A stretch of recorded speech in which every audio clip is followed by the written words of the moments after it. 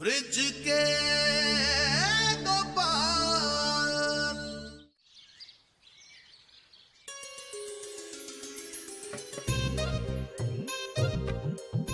गोपाल,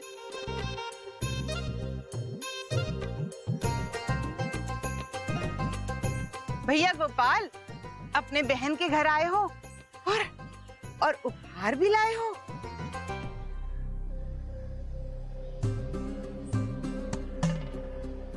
कितनी सुंदर चूड़ियां हैं। गोपाल, भाई हो, भाई होने का धर्म जानते भी हो और मानते भी हो, तभी तो ये उपहार लाए हो।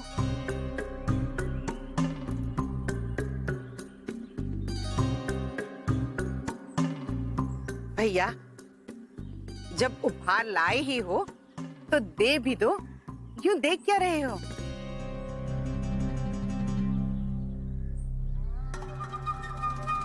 भाई बहन का बंधन तो अनोखा होता है गोपाल, और उसके सामने इन चूड़ियों का क्या मोल। बहन सामने खड़ी है, वो चाहती है तो इतना क्या संकोच करना। दे दीजिए। दे दो, चूड़ियां दे दो।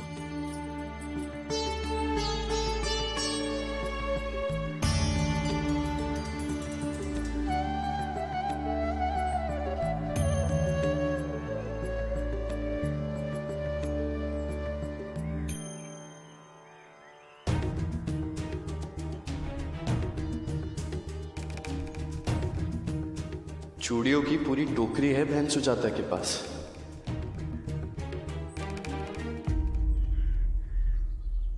चूड़ी वाले की पूरी टोकरी खरीद चुकी है ये। क्या करेंगी इतनी चूड़ियों का? और उससे भी बड़ा प्रश्न तो ये है कि इतनी चूड़ियां होते हुए भी आपने जो मेरे लिए चूड़ी ली थी वो भी लेकर चली गई है।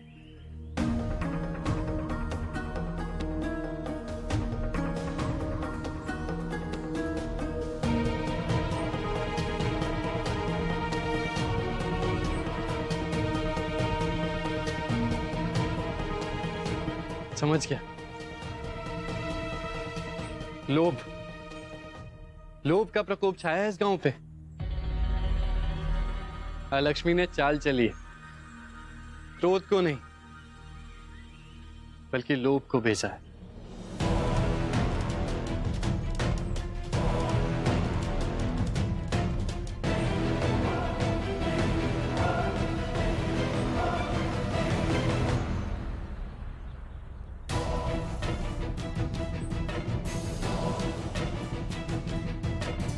ये आपने ठीक नहीं किया देवी।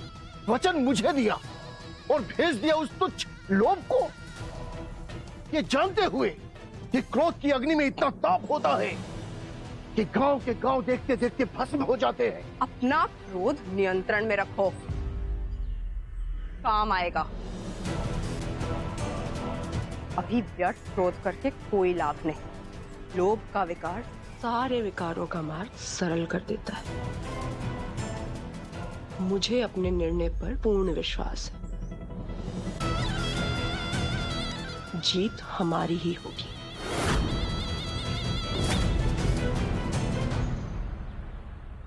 किसी भी युद्ध में जीत तभी हो पाती है जब हम अपने शत्रु को पहचान कर उसे समझ पाते हैं, तभी तो उसके वार का उत्तर दे पाते हैं। अब जब इस गांव पे लोभ का प्रकोप छा ही गया तो हमें उसके मुख्य शिकार को ढूंढकर उसके लोभ को मारना होगा।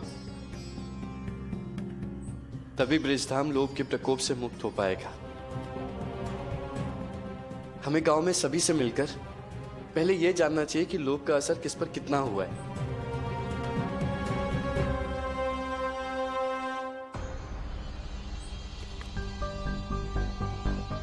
ये भी है, ये भी रख लेती हूँ।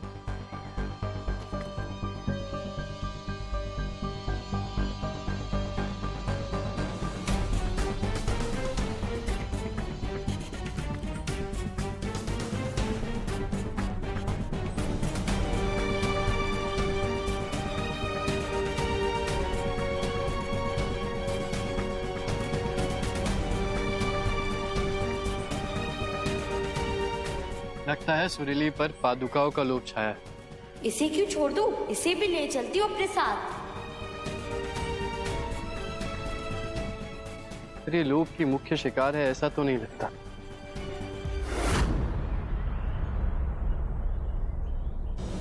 हाँ, ये भी सुंदर है, ये भी रख लेता हूँ। हाँ, ये भी है।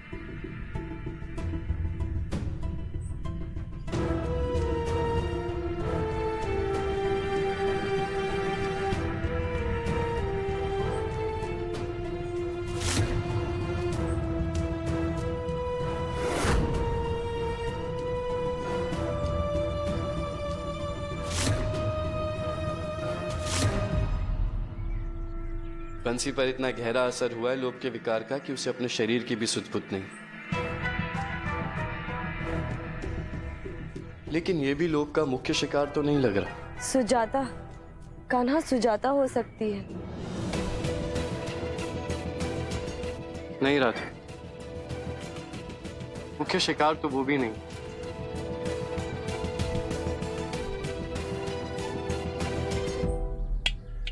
अरे वाह भाई, बहुत सुंदर मटका है। कितने का है? अरे भैया, एक कुम्हार अपने मिट्टी के घड़ों का मूल्य कभी नहीं मांगता। वो तो बस अपनी कला और मेहनत का मूल्य चाहता है। मैं कोई लालची नहीं हूँ। आप जो भी दे देंगे मेरे लिए बहुत होगा।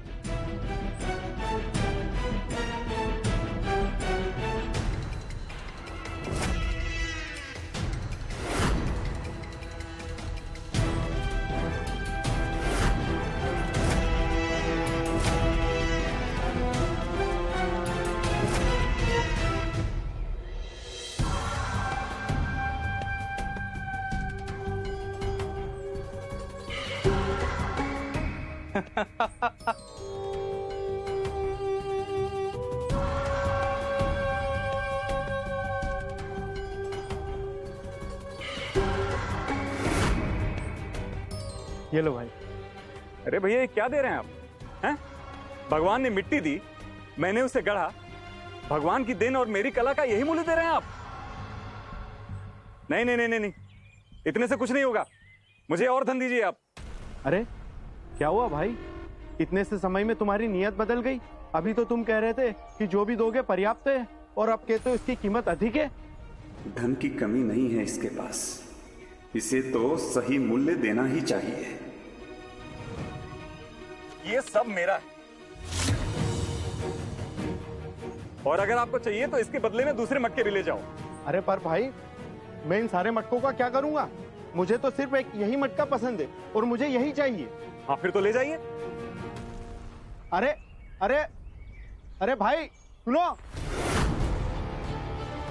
देखिए ना कान्हा, लोभ का विकार कितना शक्तिशाली है। सारी नेकी को भी मार देता है और अच्छी नियत वालों में बुराई का भाव भर देता है, जैसा कि इस कुम्हार के साथ हो रहा है। आपने बिल्कुल ठीक कहा राधे। जहां लोभ है वहां बुराई है, और लोभी अपने लोभ में अपना पूरा नियंत्रण खो बैठता है। अपना और दूसरों का अच्छा बुरा समझने की शक्ति भी खो बैठता है। इतना ही नहीं, लोभ सुख और संतुष्टि दोनों नष्ट कर देता है।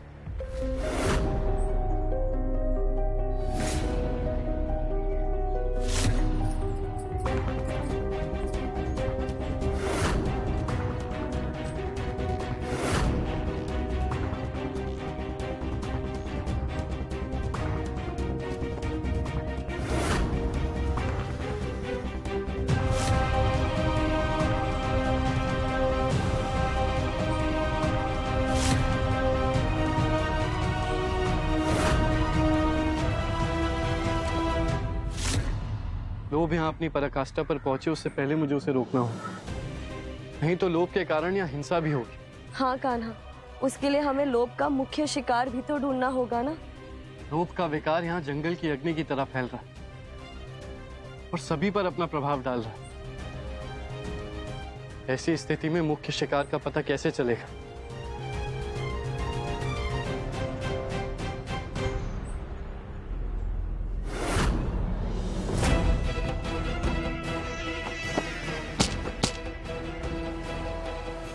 लोभ ने ब्रजधाम की शांति को नष्ट कर दिया, भाईचारा खत्म हो गया और सब अपने स्वार्थ के पीछे भाग रहे हैं। जहां लोभ के विकार ने अपना एक छत्र राज्य जमा लिया, वहां उसे कैसे ढूंढूं जिस पर सबसे अधिक प्रभाव है?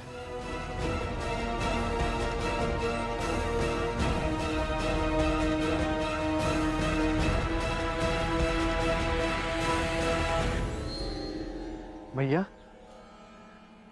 भैया कहाँ जा रही है? लोभ का लोभ किसी को जाने दे, ऐसा कैसे हो सकता है?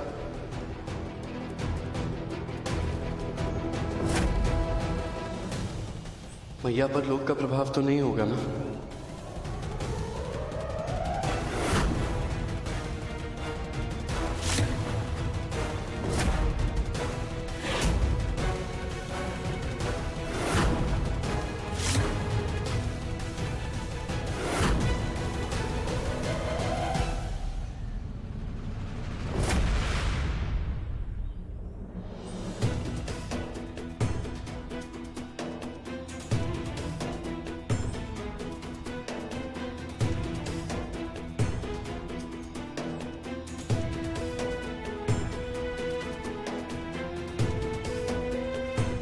भैया,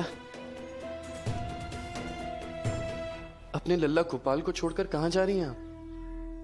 कुछ दिनों के लिए मैके जा रही हूँ गोपाल। मायके? पर क्यों? तुम तो देख रहे हो कैसा पागलपन छाया हुआ है यहाँ। मुझे तो अब यहाँ डर लगने लगा है।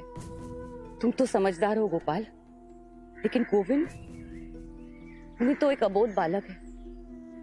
डरती हूँ इसे कोई नुकसान ना पहुंचा दे। ऐसा लग रहा है कि गांव में कोई बुरा साया है। कैसे सब नशे में है, मदहोश है। उन्हें खुद पता नहीं कि वो क्या कर रहे हैं। साया तो है, मेरा ही साया है सभी पर। शायद ही इस गांव में कोई ऐसा हो जो लोभ और लालच से बचा हो। पहले गांव में सब एक दूसरे का दुख दर्द बांटते थे, एक दूसरे की मदद करते थे, लेकिन अब तो सब कुछ बदल गया है। सब अपना अपना सोचने लगे हैं। मैया से ही पूछ कर देखता हूँ, हो सकता है इन्हें पता हो किस पर सबसे अधिक प्रभाव है लोभ का। कौन कौन पूरी तरह बदल गया है मैया? गोपाल बच्चा ही कौन है? पहले जैसा अब कुछ नहीं रहा है। अब तुम बच्चों को ही देख लो, एक दूसरे के घनिष्ठ मित्र थे, किसी को चोट पहुंचने नहीं देते थे। अगर कोई दुखी भी हो तो एक दूसरे की मदद लेकर उनका दुख बांटते थे, हंसते थे, रोते थे। अब देखो सब एक दूसरे को दुख पहुंचा रहे हैं, मजाक उड़ा रहे हैं, एक दूसरे की भावना भी नहीं समझते। अच्छा मैया, पर ऐसा क्या देखा आपने? मैंने देखा सुरीली, वो तो कितनी समझदार बच्ची है, लेकिन वो तो सुजान को चोट पहुंचाने की तैयारी कर रही थी। सुरीली, इतना बड़ा थैला क्या है इसमें, बताओ। बिना पूछे तुमने मेरा थैला कैसे छुआ? बताओ बताओ, इसमें क्या है? इसमें मेरी चप्पल है जो मैं किसी को नहीं दूंगी।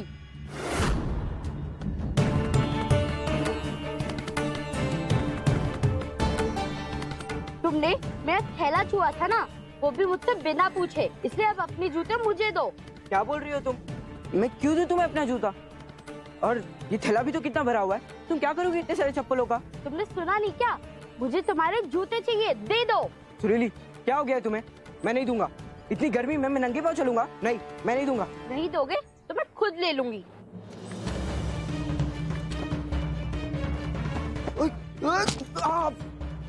अब आया मजा? और बोलो, मैं नहीं दे रहा चप्पल। सुरीली, ये सब देखकर मैंने सोचा मैं सुरीली को समझाऊं, लेकिन इससे पहले मैं उसे समझाने जाती, मैं बंसी को देखकर हैरान रह गई। गोपाल वो बेजान पत्थर अपने टोकरी में जमा कर रहा था और उसे उठाकर वो अपने आप को कष्ट दे रहा था। एक बेजान पत्थर के लिए उसने सुरीली के साथ मूर्खतापूर्ण समझौता भी किया, जिससे उसने बड़ा कष्ट मोल लिया। सुरीली, ये कितना सुंदर पत्थर है, लाओ ये मुझे दो। वो तो मैं दे दूंगी, पर उसके पहले मुझे तुम्हारी चप्पलें चाहिए। ये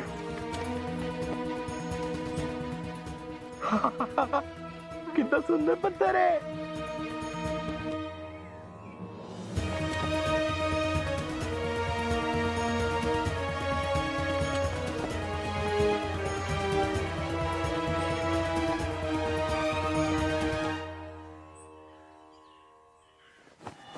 पाँव जलने।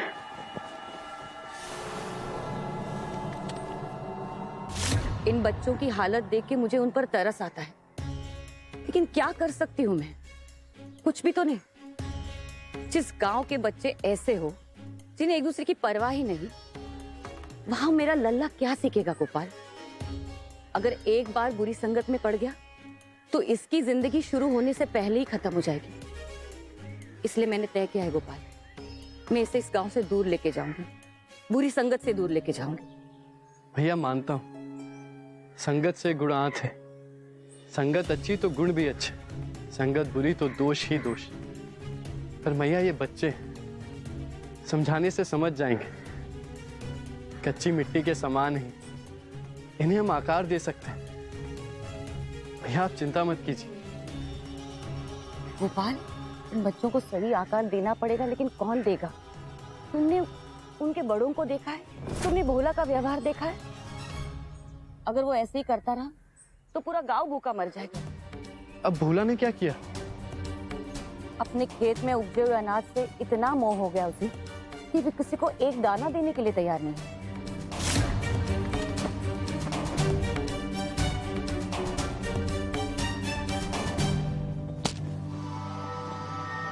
हमारे सोने के कमरे में भी आप अनाज की गुनी रखेंगे तो हम सोएंगे कहाँ?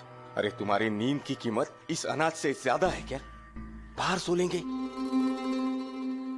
अगर ये अनाज बाहर रखा ना तो गांव वाले इसे उठाकर लेकर जाएंगे।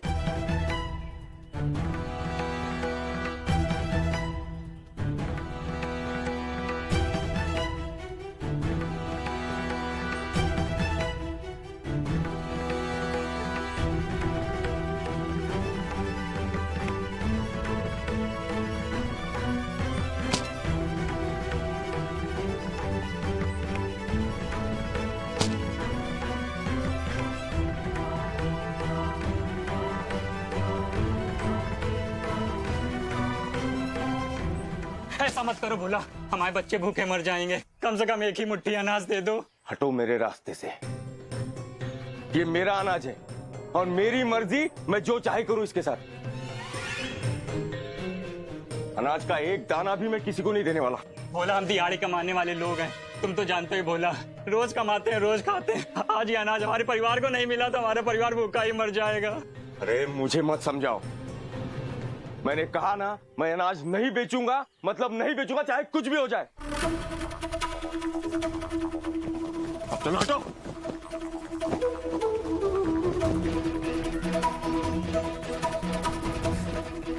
भोला से जब निराश हो गए तब सब साहूकार के पास चले गए। सबको पता था गोपाल, साहूकार जमा करके रखा है तो अनाज भी जमा करके रखा होगा। वो तो दाम देने को भी तैयार थे, लेकिन साहूकार वो तो और भी लालची हो गए।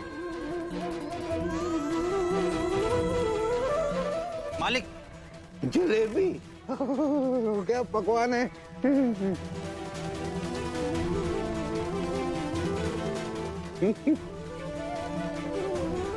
ना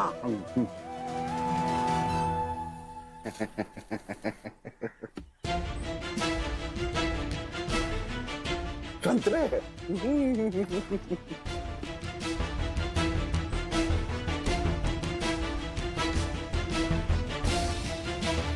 बस इतना ही राशन? अरे इतने में इतना ही मिलेगा, गिन गिन कर जा, खाने दे मुझे।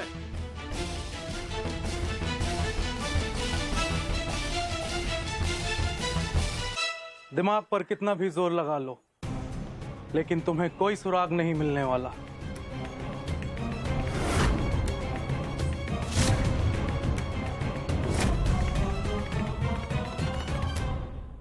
ब्रिज के दो पार। बस इतना ही राशन? अरे इतने में इतना ही मिलेगा, गिन गिन कर जा, खाने दे मुझे।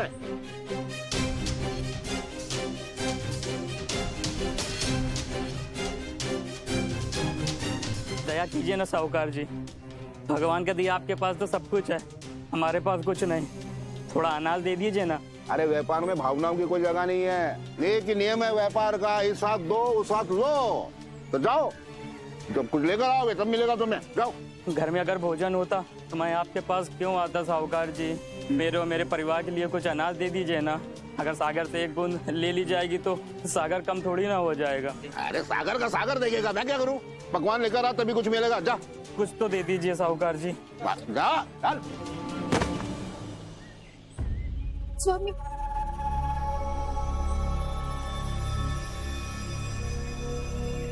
बूंदी गिर बूंदी बूंदी।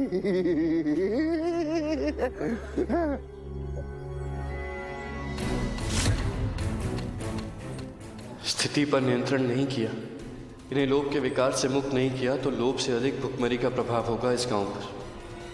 भूख से सभी पीड़ित होंगे। मुझे इसका उपाय जल्द ढूंढना होगा। दिमाग पर कितना भी जोर लगा लो, लेकिन तुम्हें कोई सुराग नहीं मिलने वाला।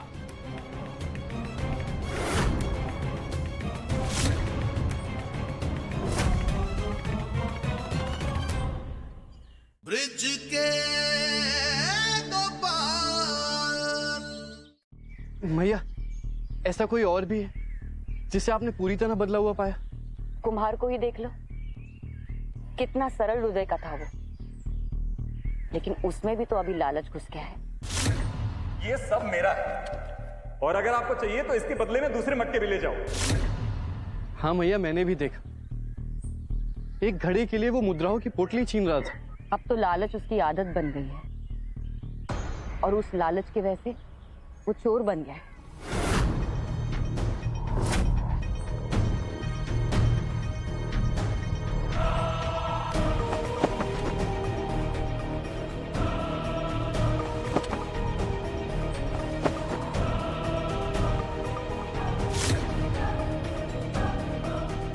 दिमाग पर कितना भी जोर लगा लो, लेकिन तुम्हें कोई सुराग नहीं मिलने वाला।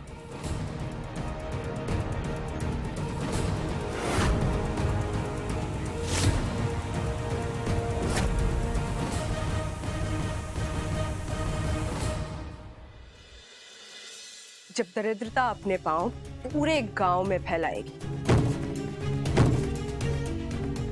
और वो भी श्री कृष्ण गोपाल के सामने, बड़ा आनंद आएगा। वैसे अभी तक मुझे भी पता नहीं चल पाया है कि तुम्हारा मुख्य शिकार है कौन।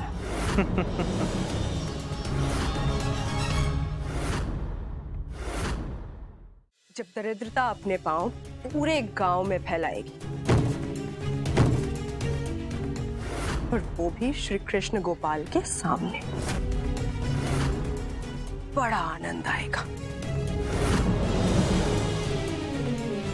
वैसे अभी तक मुझे भी पता नहीं चल पाया है कि तुम्हारा मुख्य शिकार है कौन।